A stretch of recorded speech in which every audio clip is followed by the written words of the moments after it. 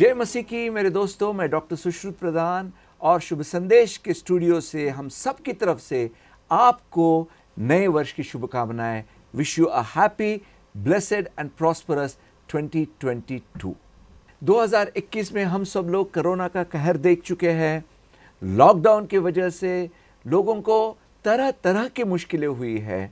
बहुत सारे हमारे नज़दीक के लोग, हमारे रिलेटिव्स, हमारे फ्रेंड्स एक कोरोना का शिकार हो चुके हैं और तरह तरह के प्रॉब्लम्स, तरह तरह की सिचुएशन से हम गुजरे हैं। लेकिन अभी हम 2022 में प्रवेश कर चुके हैं। तो 2022 में किस तरह के सोच के साथ हमें प्रवेश करना चाहिए, क्या सोचना चाहिए, क्या करना चाहिए, इस सब की चर्चा करने के लिए हमारे साथ कर्नल नवनीत छाबरा जी हैं। कर्नल साहब, आपका स्वागत है। मेरे भाई और बहनों, आज की जो चर्चा होगी, मुझे विश्वास है वो आपको एक तरह की दिशा देगी, आपको विश्वास मिलेगा और आप बड़े करेज के साथ 2022 को फेस कर सकेंगे और आप यीशु मसीह में आपके विजय का अनुभव कर सकेंगे। तो नवनीत जी, आपको मैं पूछना चाहूँगा कि ये जैसे हम 2021 से 2022 में प्रवेश कर चुके हैं, तो 2021 की क्या बातें हमें हमारे साथ लेकर आगे चलना चाहिए? एक अगर ब्रेविटी में, अगर मेरे को कम शब्दों में इस चीज़ को बताना है या दो शब्दों में, तो मैं केवल दो शब्द ही बोलूँगा, धन्यवाद के साथ। परमेश्वर का धन्यवाद और उसकी स्तुति, आराधना। जब मैंने 2021, जैसे आपने अभी अपने इंट्रोडक्शन में बताया, 2021 एक अलग एक बाकी वर्षों से काफ़ी अलग था जी। हमने इसमें केवल कोविड ही नहीं, लेकिन कोविड का कहर, जैसे आपने बताया, अप्रैल के महीने से लेकर 3 महीने तक बहुत ही ज़्यादा हाई लेवल के ऊपर था। और केवल बीमारी के रूप में नहीं, इसमें काफ़ी व्यवसाय हैं जो इम्पैक्ट हुए हैं, काफ़ी परिवार हैं जो इम्पैक्ट हुए हैं। और तो एक तरह से ये कहर केवल एक डायमेंशन में नहीं, हर डायमेंशन में इसने अपना इम्पैक्ट किया है या अपना दिखाया है इसने। लेकिन जब मैं 2021 के क्लोजर पे खड़ा होकर अपना पहला कदम 2022 में रखता हूँ, तो मेरे मुंह से सिर्फ एक ही चीज़ निकलती है, परमेश्वर, मैं तेरा धन्यवाद करता हूँ। धन्यवाद के साथ तेरे सामने आता हूँ परमेश्वर। एक बहुत ही अच्छा हिंदी का संगीत है, मैं क्या दे सकता हूँ, मैं क्या ला सकता हूँ, सिर्फ शुक्रिया। शुक्रिया प्रभु के आज मैं जीवित हूँ, शुक्रिया कि मैं आज भी मेरी जुबान आपका नाम ले सकती है और मैं आपकी स्तुति आराधना कर सकता हूँ। तो सबसे ज़रूरी चीज़ है कि क्या मैं धन्यवाद करता हूँ परमेश्वर का कि मेरी सांस चलती है और उस कारण से मैं परमेश्वर का नाम ले सकता हूँ।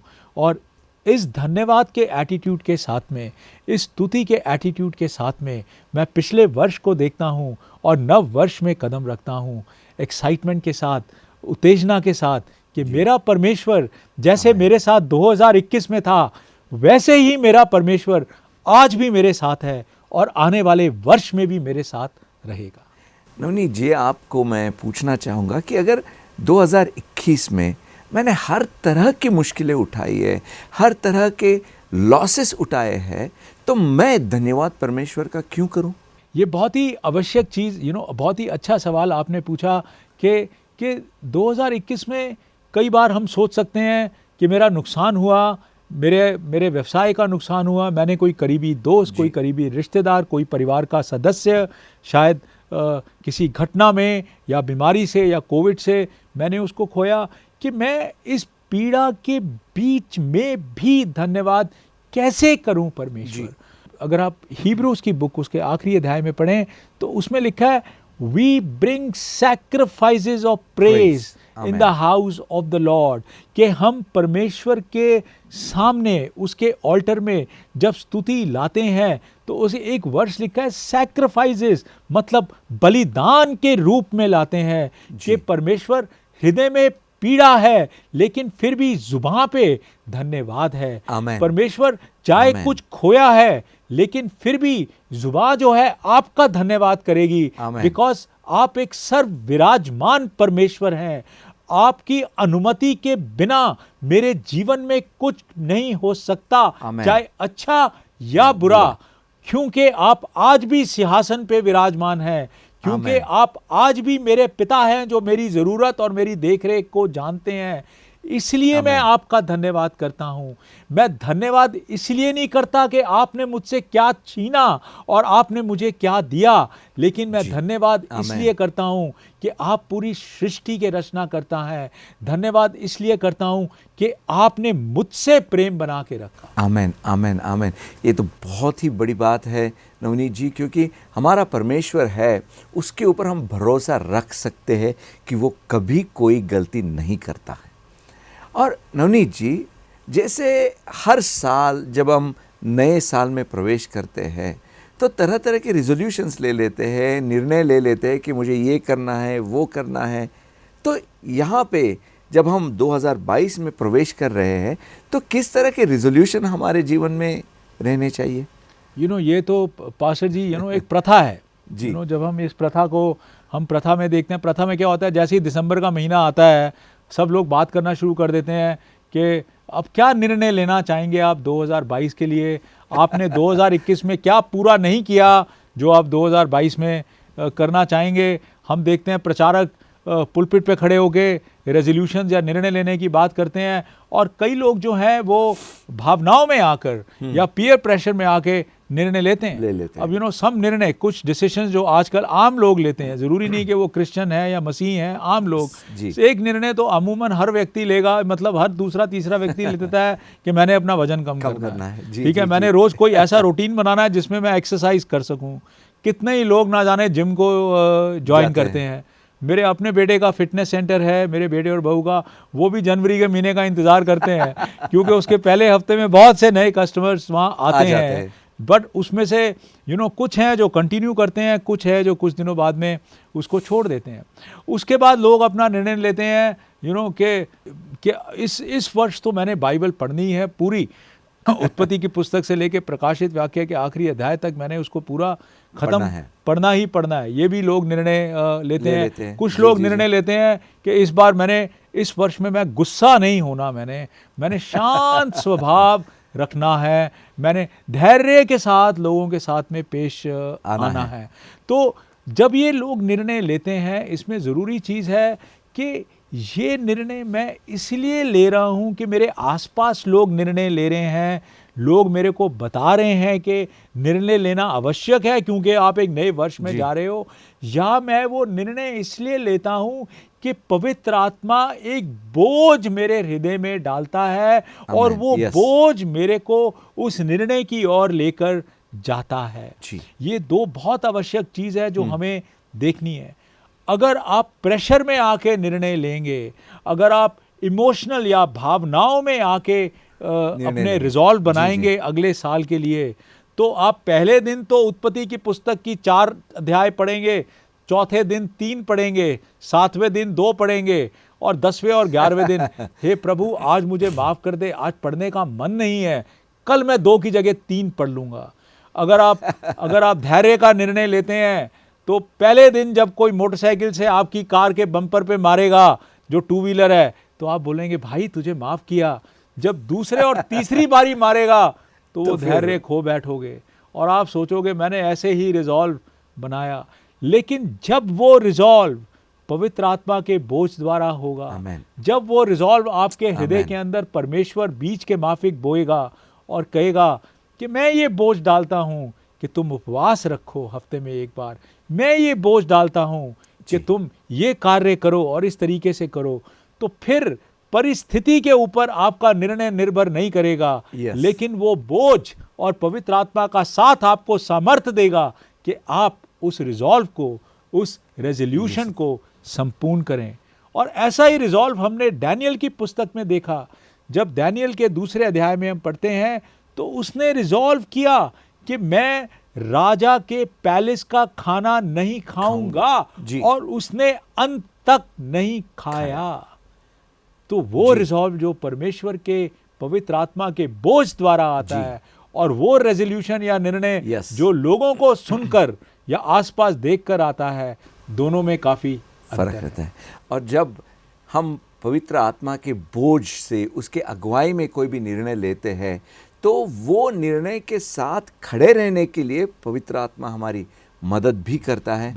और जैसे आपने दानियल के बारे में बताया, उसने राजा के पैलेस का खाना नहीं खाया, लेकिन सादा खाना खाने के बाद भी उनके सेहत पर कुछ फर्क नहीं पड़ा। वो सबसे तेज वहाँ पे थे।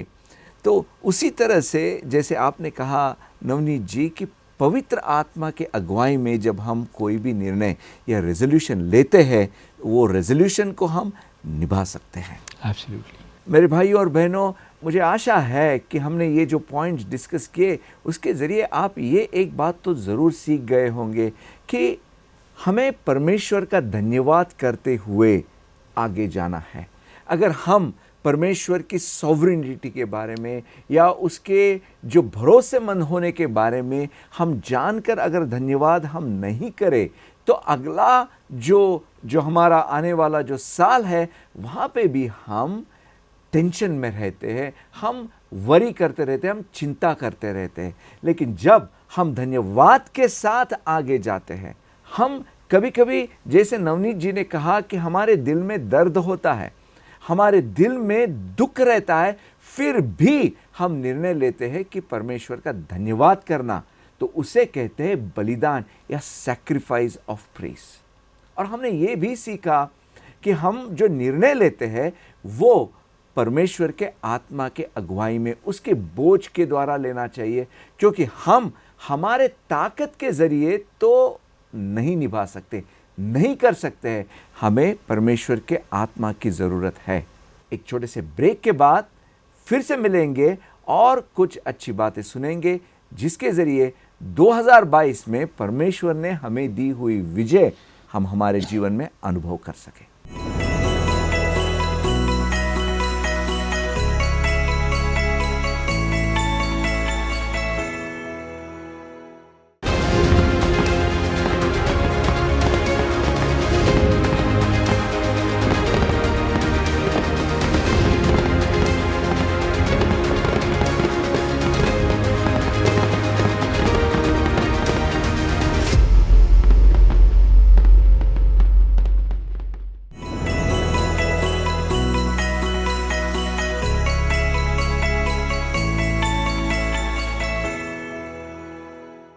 वेलकम बैक मेरे भाइयों और बहनों।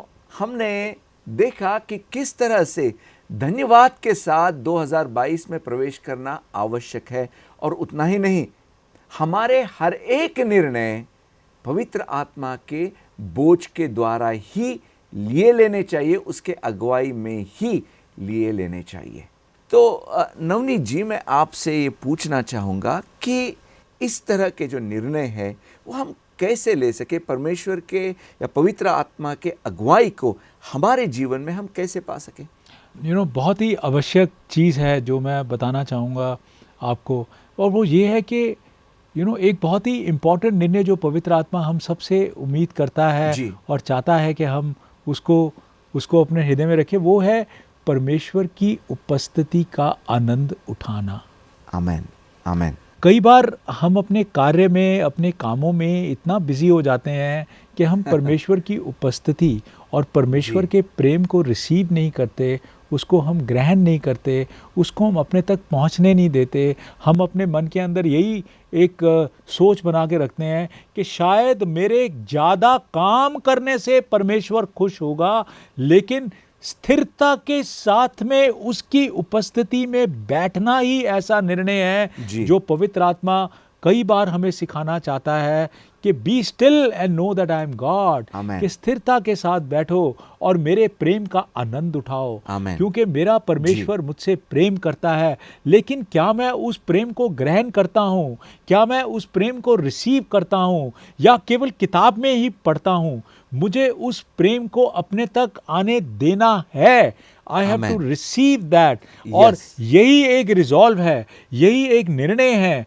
अगर आज पवित्र आत्मा हम सबसे बातचीत कर रहा है कि 2022 में मैं परमेश्वर की उपस्थिति का अनुभव करना चाहता हूँ, मैं उसको अपने आप को छूने का अनुभव करना चाहता हूँ, ताकि मैं उसके प्रेम का, उसके अनुग्रह का आनंद उठा सकूं और उसके प्रेम के अंदर रह सकूं। आमीन। मुझे ये मरिया और मार्था की जो कहानी है वो भी याद आती है। मार्था हर एक प्रयत्न कर रही थी कि किस तरह से उसका प्रेम वो परमेश्वर को दिखा सके, लेकिन मरिया सिर्फ यीशु मसीह के पैरों के यहाँ बैठकर उसके प्रेम का आनंद ले रही थी। नवनीत जी, तो उस प्रेम का आनंद लेने के लिए मुझे क्या करना चाहिए? सबसे पहले जब आप बोलते हैं कि प्रेम का आनंद, सबसे पहले मेरे को परमेश्वर के साथ इस चीज़ का एहसास होना चाहिए that I am a child of God, कि मैं एक परमेश्वर का पुत्र हूँ या मैं परमेश्वर की पुत्री हूँ। वचन में लिखा है कि we are children of God. और ये कई बार हम लोगों को समझ नहीं आता कि how can I become a child of God, मैं किस प्रकार से अपने परमेश्वर को एक पिता का दर्जा दे सकता हूँ और उस पिता की उपस्थिति में एक बच्चे के समान बैठकर उस प्रेम का आनंद उठा सकता हूँ। वचन में यूहन्ना के 3 अध्याय में कहानी लिखी है निकोडेमस की, कि वो निकोडेमस नाम का व्यक्ति प्रभु यीशु के पास जाता है और पूछता है कि मैं स्वर्ग का राज्य कैसे प्राप्त कर सकता हूँ। और प्रभु यीशु उसे जवाब देते हैं कि दोबारा जन्म, नया जन्म प्राप्त करके, बॉर्न अगेन होने के बाद। तो वो पूछता है मैं कैसे दोबारा जन्म ले सकता हूँ अपनी माता के गर्भ में जाकर। और उसी का तरीका पौलुस रोमियो की पत्री उसके 10वें अध्याय में लिखता है, जब मैं अपने हृदय में विश्वास करता हूँ कि प्रभु यीशु परमेश्वर है और उस विश्वास को मैं केवल हृदय तक सीमित नहीं रखता, लेकिन हृदय से अपनी जुबान पे लाता हूँ कि प्रभु यीशु जो हैं वो परमेश्वर हैं और उनके सूली पे चढ़े जाने से, एक निष्पाप व्यक्ति के सूली पे चढ़े जाने से, उनके लहू से मुझे मेरे पापों की शिफा मिलती है। और क्योंकि वो दोबारा जी उठे और जी उठने के बाद में परमेश्वर के सिंहासन में उनके दाहिनी ओर विराजमान है, इसीलिए एफिसियों की पत्री में लिखा है आई विल राइज अगेन, मैं भी उठूंगा और उनके साथ विराजमान होऊंगा। ये जब मैं अपने हृदय में विश्वास का बीज बोता हूँ तो अपने आप एक रिश्ता कायम होता है प्रभु यीशु के साथ में, और वो रिश्ता मेरे को एक पिता और एक संतान के रिश्ते के अंदर लाता है। उसके बाद जब मैं उसका नाम पुकारता हूँ वो सुनता है और वो मेरी बात को ध्यान देता है। आमेन, आमेन। तो जब हम परमेश्वर के प्रेम का अनुभव करते हैं, जैसे आपने कहा विश्वास के द्वारा और खुद को परमेश्वर के हाथ में सौंप कर, तब हमारे द्वारा लोग भी परमेश्वर के प्रेम का अनुभव करने लगेंगे। बिल्कुल, जब हम उसकी उपस्थिति में परमेश्वर का प्रेम अनुभव करते हैं और ऑटोमेटिकली हमारे द्वारा भी लोगों को उसके प्रेम का पता लगेगा। हमारे पास एक कुत्ता है नवनीत जी, जर्मन शेपर्ड, जिसको हमेशा नहलाने के बाद हम छोड़ देते हैं और वो जैसा छूट जाता है वो खुद को शेक करता है, हिलाता है। उसके बाजू में जो भी कोई लोग हैं वो सबके ऊपर पानी के छिटके उड़ जाते हैं। वो नहीं चाहता कि वो लोगों को गीला करे, लेकिन वो हो जाते हैं क्योंकि वो खुद गीला है। वो जहाँ पे भी स्पर्श करता है वहाँ पे भी गीलापन आता है। वैसे ही परमेश्वर का प्रेम भी जब हम अपने जीवन में अनुभव करते हैं, अपने जीवन में उसका आनंद उठाते हैं, तो हमारे द्वारा दूसरे लोग भी परमेश्वर के प्रेम का अनुभव करना शुरू करेंगे। एब्सोल्युटली पास। नवनीत जी, आपको मैं और एक बात पूछना चाहूँगा उन लोगों के लिए जिन्होंने 2021 में बहुत सारी कठिनाइयाँ अनुभव की है, नुकसान अनुभव किया है। वो रिश्तों का हो सकता है, लोग नज़दीक के लोग गुजर गए हो सकते हैं, या पैसे का नुकसान हो सकता है। उनको आप क्या कहना चाहेंगे? मेरा सिर्फ एक ही सेंटेंस है, एक वाक्य है जो मैंने बहुत साल पहले सुना था और हमेशा उस वाक्य को अपने हृदय में बसा के रखता हूँ, पकड़ के रखता हूँ। और इंग्लिश में बोलते हैं happiness is in the happenings but Joy is in the Lord. कई बार जो हमारी खुशी है शायद हमारे आसपास की परिस्थिति में है, अगर आसपास सब ठीक है तो हमारे अंदर खुशी है, लेकिन जो आनंद है वो खुशी से कहीं परे है। जो आनंद है वो हृदय के बहुत भीतरी हिस्से में रहता है। जो आनंद है वो परिस्थिति के ऊपर निर्भर नहीं करता। आमेन। जो आनंद है वो मेरी आत्मा को परमेश्वर की आत्मा के साथ जोड़ता है। और क्योंकि मेरी आत्मा गवाही देती है कि परमेश्वर सर्व विराजमान है, क्योंकि मेरी आत्मा गवाही देती है कि वो हर चीज़ उसके नियंत्रण में है, क्योंकि मेरी आत्मा ये बताती है कि कोई भी चीज़ उसकी अनुमति के बिना नहीं हो सकती है, आमेन। क्योंकि मेरी आत्मा इस चीज़ की गवाही देती है कि मैं करहा कर उसको अब्बा फादर बुला सकता जी, हूँ पीड़ा के आमेन। अंदर भी, और वो मुझे उत्तर देगा। क्योंकि वचन कहता है कि all things work for good for all those who are called according to all His those who purpose. Love God and are called according to his purpose. रोमियो के अध्याय उसके 8वें अध्याय के 28वीं आयत में लिखा है कि हर चीज़ जो हमारे जीवन जी। में घटती है, अगर हम परमेश्वर से प्रेम करते हैं और उसके आमेन। अनुसार बुलाए गए हैं, तो वो चीज़ चाहे भले आज हमें समझ ना आए, पर जी। परमेश्वर जो है वो हमारे लिए, हमारे हक के लिए बनाएगा। और आमेन। उसी अध्याय में आगे लिखा है कि who can separate me from the love of Love of God, God. कि मुझे परमेश्वर के प्रेम से कौन अलग कर सकता है। क्या Amen. मेरी पीड़ा, क्या मेरी हैपनिंग्स, क्या शैतान या क्या एंजल्स, कोई मुझे परमेश्वर के प्रेम से अलग नहीं कर सकता। तो Amen. जब मेरे अंदर, हृदय के अंदर ये आत्मा Amen. इन चीज़ों की गवाही देती है, तो खुशी तो केवल परिस्थिति में होती है, लेकिन आनंद जो है वो Amen. भीतर से आता है जब वो उस परमेश्वर के साथ रिश्ता जोड़ता है। और परमेश्वर के वचन उस हृदय के अंदर एक मेडिसिन का काम करके उसके अंदर वो आनंद को प्रस्तुत उत्पन्न करते हैं। आमेन। यानी कि हमारे परिस्थितियों को पार करके हमें देखना चाहिए कि परमेश्वर की योजनाएं क्या है। जैसे यिर्मयाह के 29वें अध्याय और 11वें वचन में भी लिखा है कि परमेश्वर की हमारे जीवन में जो भी योजनाएं हैं उससे परमेश्वर भूला नहीं है, उसका कार्य हमारे जीवन में जारी है। बहुत बार हमें समझ में नहीं आता है, लेकिन वो कार्य तो उनके हमारे जीवन में परमेश्वर का कार्य तो जारी है। जब हम वो भरोसा रखते हैं तो अपने आप, आपने जैसा कहा कि खुशी से भी ज़्यादा आनंद हमारे दिल में रहता है। बिल्कुल। और फिर वो आनंद का अनुभव करके हम आगे किस तरह से जाएं? जब आप आनंद का अनुभव करते हैं तो उसके बाद हमारे मुंह से अपने आप ही स्तुति और धन्यवाद निकलता है। आमेन। और that is why it says you know, एक बहुत ही you know, praising God in everything, कि क्या मैं परमेश्वर की स्तुति हर परिस्थिति में कर सकता हूँ या नहीं? आमेन। वो तब कर सकता हूँ जब वो भीतर हृदय जो है उसकी जो गहराई है वो समझती है कि आमेन। मेरा परमेश्वर विराजमान है, आमेन। कि मेरा आमेन। परमेश्वर हर परिस्थिति को अपने हाथ में रखता है, आमेन। और उस आनंद में आगे निकलते बढ़ते जाना है। आमेन।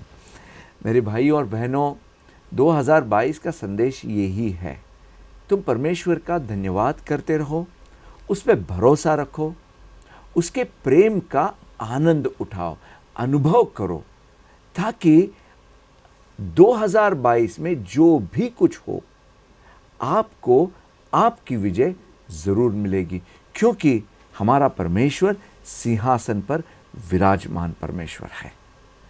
नवनीत जी, आपसे विनती करते हैं कि आप हम सब लोगों के लिए प्रार्थना कीजिए, ताकि उस प्रेम का अनुभव करते हम 2022 में आगे चलें। Let's pray. प्रभु, हम धन्यवाद देते हैं इस समय के लिए परमेश्वर।